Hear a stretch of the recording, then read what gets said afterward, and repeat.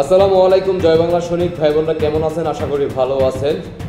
ভিডিওটা সর্বোচ্চ শেয়ার করে দেশবাসীকে দেখার সুযোগ করে দিবেন। স্ক্রিনে অলরেডি আপনারা একটা ভিডিও দেখতেছেন। একজন ডাক্তার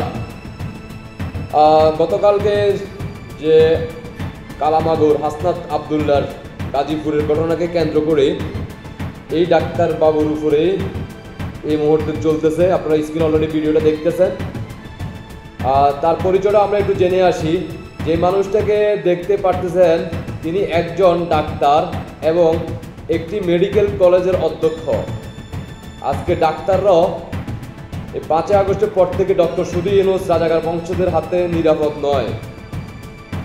তার রাজনৈতিক পরিচয় হলো তিনি স্বাধীনতা হোমিওপ্যাথিক চিকিৎসকের পরিষদের প্রেসিডেন্ট। তার পরিচয় হচ্ছে রাজনৈতিক পরিচয় হচ্ছে তিনি স্বাধীনতা হোমিওপ্যাথিক চিকিৎসক পরিষদের প্রেসিডেন্ট। এতটুকুই, এটাই তার অপরাধ। 5 তারিখের পর থেকে তিনি এলাকায় আছে।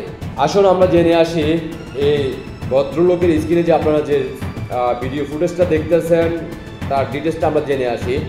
যে মানুষটাকে দেখতে পারতেছেন তিনি একজন ডাক্তার এবং একটি মেডিকেল কলেজের অধ্যক্ষ। তার রাজনৈতিক পরিচয় হলো তিনি স্বাধীনতা হোমিওপ্যাথিক চিকিৎসক পরিষদের প্রেসিডেন্ট। এতটুকুই তার অপরাধ। 5 আগস্টের পর থেকে তিনি তার এলাকায় আছেন এবং স্যাম্পার করেছেন। মানে 5 আগস্টের পরবর্তী তিনি তার এলাকায় সাধারণ একটা স্যাম্পার করে ওইখানে কাজ করতেছেন। আর একজন ডাক্তার রাজনীতি করলে কতটুকু করতে পারে, একজন অধ্যক্ষ রাজনীতি করলে কতটুকু করতে পারে। অন্তত ওনার সাথে এনসিপি নেতারা যা করলেন তা তো তিনি করেননি। তাহলে নিজের বাপের বয়সী একজন চিকিৎসক মানুষের সাথে ছেলের বয়সী এই ছেলেগুলা এটা কি করলো? আমাকে একজন তার ভিডিওটা ধারণ করে পাঠাইছেন, ওই দৃষ্টিতে আমি আপনাদের সামনে তুলে ধরলাম।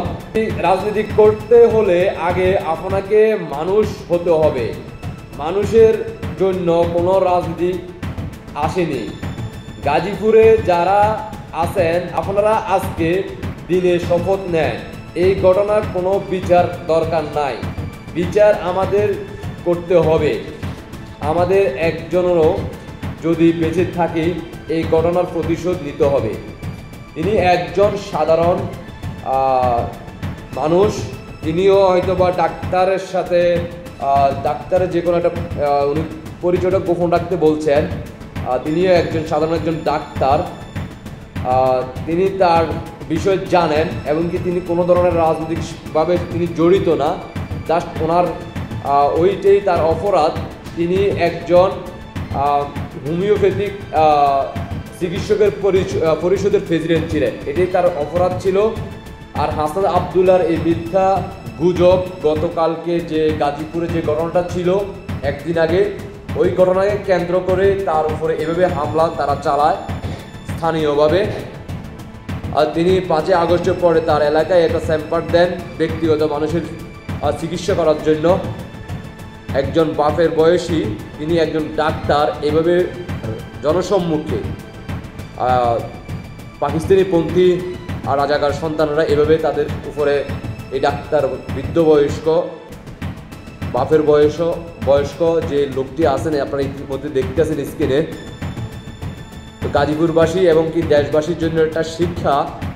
আপনাদের জায়গা থেকে আপনারা প্রতিবাদ করুন, গর্জে উঠুন, রাজপথে নেমে আসুন। এই বাংলার মাটি থেকে বিদায় করতে হবে রাজাকার বংশের সন্তানদেরকে। আশা করি আপনারা বুঝতে পারছেন। সবাইকে অসংখ্য ধন্যবাদ। দেশবাসীকে দেখার সুযোগ করে দিবেন সর্বোচ্চ শেয়ার করে। আল্লাহ হাফেজ।